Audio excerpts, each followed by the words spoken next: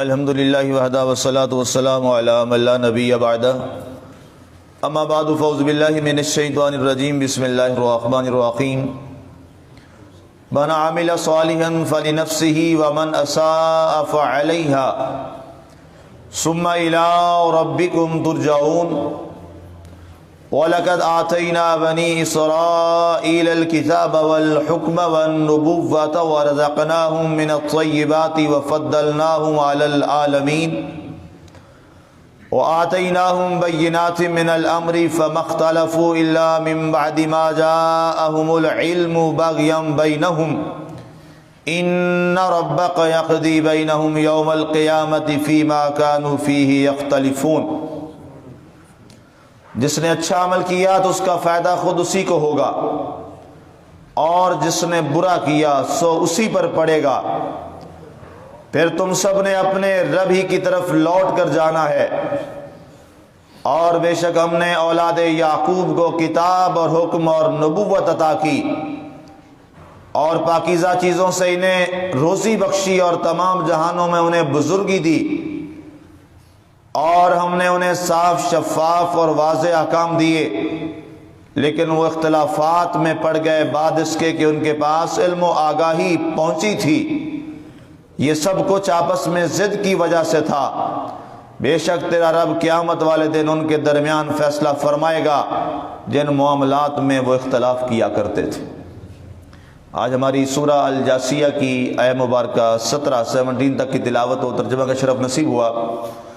سامعین، ہمارے گزشتہ درس مبارک میں جو بات چل رہی تھی کہ اللہ تعالیٰ نے اپنے حبیب صلی اللہ علیہ وآلہ وسلم کو خطاب فرمایا، آیہ مبارکہ 14 جو آخری ہمارا درس تھا ہفتے کے روز کا، کہ آپ ایمان والوں سے فرما دیجئے کہ جو لوگ اللہ کے دنوں کے واقع ہونے کی امید نہیں رکھتے وہ ڈال دیں ان پر، تاکہ اس قوم کو اللہ ان کی کمائی کی وجہ سے سزا دے۔ اس پر تفصیلی آپ نے بات اس طرح سماعت کی۔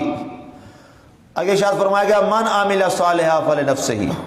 آج کا جو ہمارا درس مبارک ہے، جس نے اچھا عمل کیا تو اس نے وہ اچھائی اپنی ذات کے لیے کی۔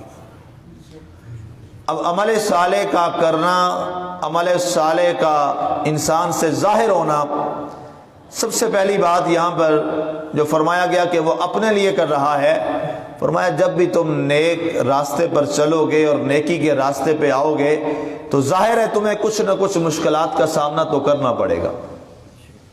اس نیک راستے کے اندر مصائب و آلام بھی آئیں گے، آزمائشیں بھی آئیں گی، تکالیف بھی آئیں گی، لیکن فرمایا من عمل صالحا فلنفسہ، جو عمل صالح کر رہا ہے، تکلیف برداشت کر رہا ہے، فرمایا وہ اپنی ذات کے لیے خود کر رہا ہے، اور اس تکلیف کا صلہ کل اللہ تعالیٰ اسے بڑی عنایات سے عطا فرما دے گا۔ اس کی سادہ سی مثال دوں میں، ایک وہ طالب علم ہے جو دن کو بھی پڑھتا ہے، رات کو بھی پڑھتا ہے، اپنی نیند کو کم سے کم تر کر دیتا ہے۔ اب یہ مشکل کام ہے۔ بچے کھیلتے ہیں، وہ کھیلنے بھی نہیں جاتا۔ بچے جو ہیں وہ دائیں بائیں کی ایکٹیویٹیز میں انٹرسٹ رکھتے ہیں، وہ ان میں بھی انٹرسٹ اور دلچسپی نہیں رکھتا۔ وہ اپنا سارا جو فوکس ہے وہ اپنی تعلیم پر رکھتا ہے۔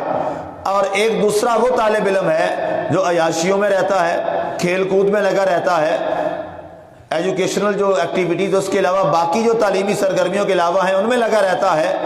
تو جب نتیجہ آتا ہے تو ظاہر ہے جس نے اپنا فضول وقت گزارا ہوتا ہے وہ کامیاب نہیں ہوتا، یا اگر کامیاب ہوتا ہے تو نچلے گریڈ میں کامیاب ہوتا ہے۔ اور ایک وہ بچہ ہوتا ہے جو پورے بورڈ کو ٹاپ کر جاتا ہے، تو جتنی اس نے محنت کی ہوتی ہے جب اس کا نام ہر ایک زبان پر آتا ہے تو وہ ساری مشکلات بھول جاتا ہے، کیونکہ وہ کہتا ہے مجھے اللہ نے جو پھل دیا ہے وہ پھل بڑا پیارا ہے۔ اسی انداز میں ہماری زندگی بھی ہے۔ مثال کے طور پہ شدید سردی کی اس لہر میں ہم یہاں بیٹھے ہیں، آپ لوگ آئے ہیں، ہم بیٹھے ہیں یہاں پہ، ٹھنڈے پانی سے وضو کرتے ہیں، جناب ٹھنڈ میں بیٹھے ہوئے ہیں، اور کچھ وہ لوگ ہیں جو گرم بستروں میں پڑے ہیں۔ اب یہ کام مشکل ہے، یہ آسان تو نہیں ہے سردی میں آنا، نماز کے لیے بیٹھنا سردی کی لہر میں، اور یہ وہ وقت ہوتا ہے جو شدید سردی کی لہر ہوتی ہے، اس میں آنا مشکل ہے، کوئی آسان نہیں ہے، تکلیف دہ ہے سردی کے اندر۔ لیکن کیا ہے، آج یہ جو ہم عمل صالح کر رہے ہیں، آج جو تکلیف ہم برداشت کر رہے ہیں، کل جب اللہ تعالیٰ اس کا ہمیں انعام عطا فرمائے گا تو ہم ساری تکالیف کو بھول جائیں گے جب اس انعام کو دیکھیں گے۔ اب وہ جو اس وقت شیطان کو راضی کرنے کے لیے، شیطان کو اس کی رضا حاصل کرنے کے لیے، جناب سو جا، باہر سردی بڑی ہے، کیسے وضو کرو گے، ٹھنڈا پانی بڑا ہے، مسجد میں جاؤ گے، اتنی بلا کی سردی پڑ رہی ہے، پڑے رہو۔ سرکار نے فرمایا شیطان تھپکیاں دے دے کے اور لوریاں دے دے کے سلاتا ہے انسان کو۔ دیکھا ہوگا کئی لوگ آ کے شکایت کرتے ہیں، میں نے کہا جناب یہ بات آپ آج کر رہے ہیں، ہمارے رسول نے 1450 سال پہلے فرما دیا تھا۔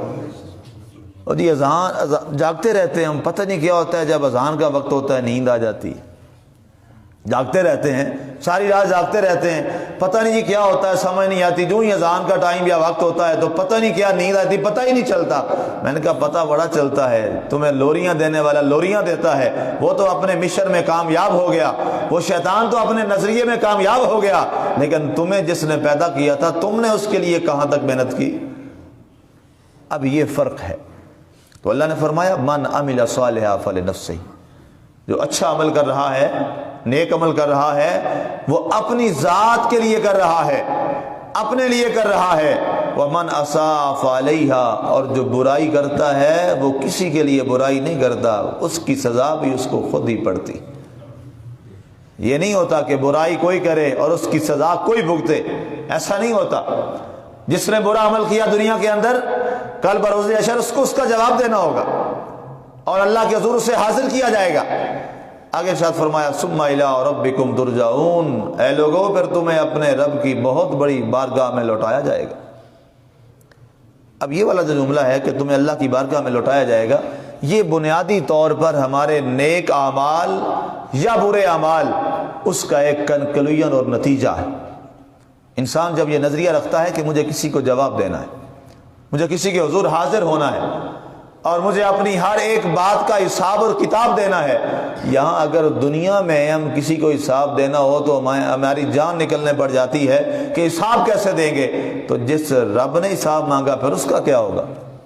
دنیا والوں سے تو بندہ ہیر پھیر بھی کر لیتا، دنیا والوں سے تو لوگ چکمہ بھی دے جاتے ہیں، لوگ اپنی چالاکی کی، کبھی قلم کی اور کبھی زبان کی، وہ بھی استعمال کر جاتے ہیں، لیکن رب کے آگے تو نہ قلم کی چالاکی چلے گی، نہ زبان کی چالاکی چلے گی، نہ گواہ وہاں بکیں گے، نہ وہاں کا گواہ رشوت لے لیں گے کہ جھوٹے گواہ ہیں جناب قسم اٹھا دو، وہاں تو ایسا نہیں ہوگا۔ قرآن نے کیا فرمایا؟ الیوم نختم علی افواہہم وتکلمنا ایدیہم وتشہد ارجلہم، قرآن کے الفاظ ہیں۔ فرمایا اس دن ہم ان کی زبانوں اور منہوں پر مہریں لگا دیں گے، منہ بند کر دیا جائے گا۔ فرمایا کیا ہوگا؟ ان کے ہاتھ بولیں گے اور ان کے پاؤں بولیں گے مولا ہم نے یہ برائی کی، اس نے ہم سے یہ برائی کروائی۔ فرمایا وہ ہاتھ گواہی دیں گے۔ واصف علی واصف صاحب رحمۃ اللہ علیہ تعالیٰ نے یہاں بڑی خوبصورت بات لکھی، آپ فرماتے ہیں بندے کے لیے اس سے بڑی رسوائی کا دن کیا ہوگا، جن کی رضا کے لیے اور جن کی چاہت کے لیے اور جن کی راحت کے لیے یہ کام کرتا رہا، کل وہی اس کے مخالف ہو جائیں گے، کل وہی ہاتھ اور پاؤں اس کے مخالف ہو جائیں گے۔ فرمایا اس سے بڑا رسوائی کا دن پھر کیا ہوگا؟ تو اس لیے فرمایا اگر اپنے گواہوں کو اچھا کرنا چاہتے ہو تو زندگی میں اپنے ہاتھوں اور پاؤں چلیں تو نیک کام کی طرف چلیں، ہاتھ بڑھیں تو نیک کام کی طرف بڑھیں۔ کل جب ہمارے یہاں گواہی کا معاملہ آئے تو ہاتھ بھی بول بول کے کہیں اور پاؤں بھی بول بول کے کہیں مولا اس نے جب بھی ہمیں استعمال کیا تو تیری رضا کے لیے استعمال کیا، تو پھر فرمایا تمہاری بات بن جائے گی، پھر معاملات تمہارے درست ہو جائیں گے۔ آگے شاید فرمایا کہ وَلَقَدْ آتَيْنَا بَنِي اسرائیل، اب بنی اسرائیل کا اللہ نے ذکر فرمایا۔ ظاہر ہے اللہ تعالیٰ بنی اسرائیل کا حوالہ دے کر امت رسول صلی اللہ علیہ وآلہ وسلم کے ناشکر لوگوں اور برائی کرنے والے لوگوں کی اصلاح فرماتا ہے، ان کا ایک حوالہ دے کر فرمایا وَلَقَدْ آتَيْنَا بَنِي اسرائیل الْكِتَابَ وَالْحُكْمَ وَالنُّبُوَّةَ وَرَزَقْنَاهُم مِّنَ الطَّيِّبَاتِ وَفَضَّلْنَاهُمْ عَلَى الْعَالَمِينَ۔ اتنے انعام کا ذکر کیا، نمبر 1 کتاب، نمبر 2 حکم، نمبر 3 نبوت، نمبر 4 رزقناہم من الطیبات، اور نمبر 5 فضلناہ علی العالمین۔ 5 چیزوں کا، 5 فضیلتوں کا ذکر فرمایا۔ پہلی فضیلت فرمایا ہم نے بنی اسرائیل کو کتاب عطا فرمائی۔ کتاب عطا فرمائی، والحکم ہم نے انہیں حکم عطا فرمایا، والنبوت ہم نے انہیں نبوت بھی عطا فرمائی، اولاد یعقوب کو۔ اولاد یعقوب میں ایک بہت لمبی فہرست ہے آگے نبیوں کی، رسولوں کی۔ وَرَزَقْنَاهُ مِنَ الطَّيِّبَاتِ ہم نے انہیں پاکیزہ چیزوں سے رزق عطا فرمائے، بے پناہ ہم نے انہیں رزق عطا فرمائے۔ آج اللہ تعالیٰ نے ہمیں کتنے رزق عطا فرمائے، قسم قسم کے کھانے اللہ نے ہمیں کھانے کے لیے عطا فرمائے۔ کیا کیا انعام ہے جو اللہ نے اس انسان کے لیے پیدا نہیں کیا، کیا کیا چیزیں ہیں جو رب نے اس کے لیے پیدا نہیں کی۔ ساری کائنات کی نعمتیں اللہ تعالیٰ نے انسان کے لیے بنائی ہیں، اور انسان کو صرف اپنے لیے بنایا۔ فرمایا اے حضرت انسان، میں نے سب کچھ تیرے لیے پیدا کیا ہے۔ سورج ہے کس کے لیے ہے؟ ہمارے لیے۔ چاند ہے ہمارے لیے ہے، ستارے ہیں ہمارے لیے ہے، گرمی ہے سردی ہے، بہار ہے خزاں ہے ہمارے لیے ہے، پھل ہیں باغات ہیں اناج ہیں، قسم قسم کے میوہ جات ہیں، کس کے لیے؟ ہمارے لیے ہے۔ فرشتے تو کھاتے ہی نہیں ہیں، وہ تو نوری مخلوق ہے، وہ تو کچھ نہیں کھاتے۔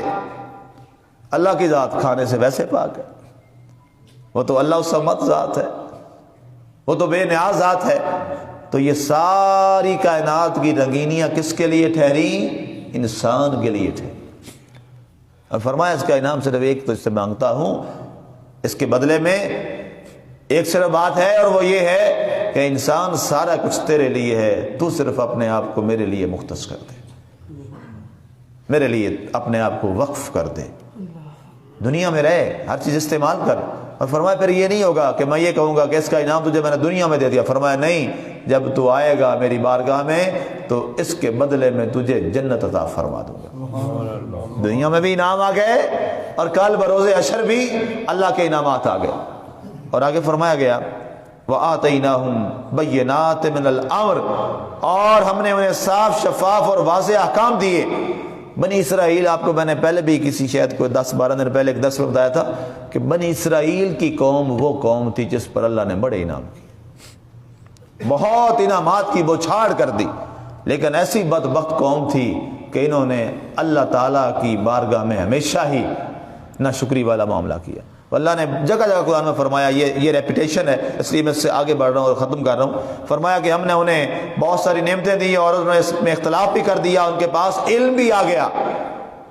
علم ہوتے ہوئے، جانتے ہوئے پھر غلط کرنا، یہ بہت قابل جرم عمل ہوتا ہے۔ جانتے ہوئے یہ چیز کہ یہ پتہ ہے اور یہ نہیں کرنا، پھر کوئی کرتا ہے تو فرمایا یہ بہت قابل گرفت عمل ہے۔ باغیم بینہم، وجہ کیا تھی؟ بس آپس کی بغاوت تھی۔ باغیم بینہم، آپس کی بغاوت تھی۔ ان ربک یقضی بینہم یوم القیامہ فیما کانوا فیہ یختلفون، بے شک اللہ تعالیٰ جو ہے وہ تمہارے درمیان قیامت کے روز فیصلہ کر دے گا جس میں تم اختلاف کیا کرتے تھے۔ اللہ تعالیٰ کی ذات ہمیں عمل کی توفیق عطا فرمائے، آمین۔ وما علینا الا البلاغ۔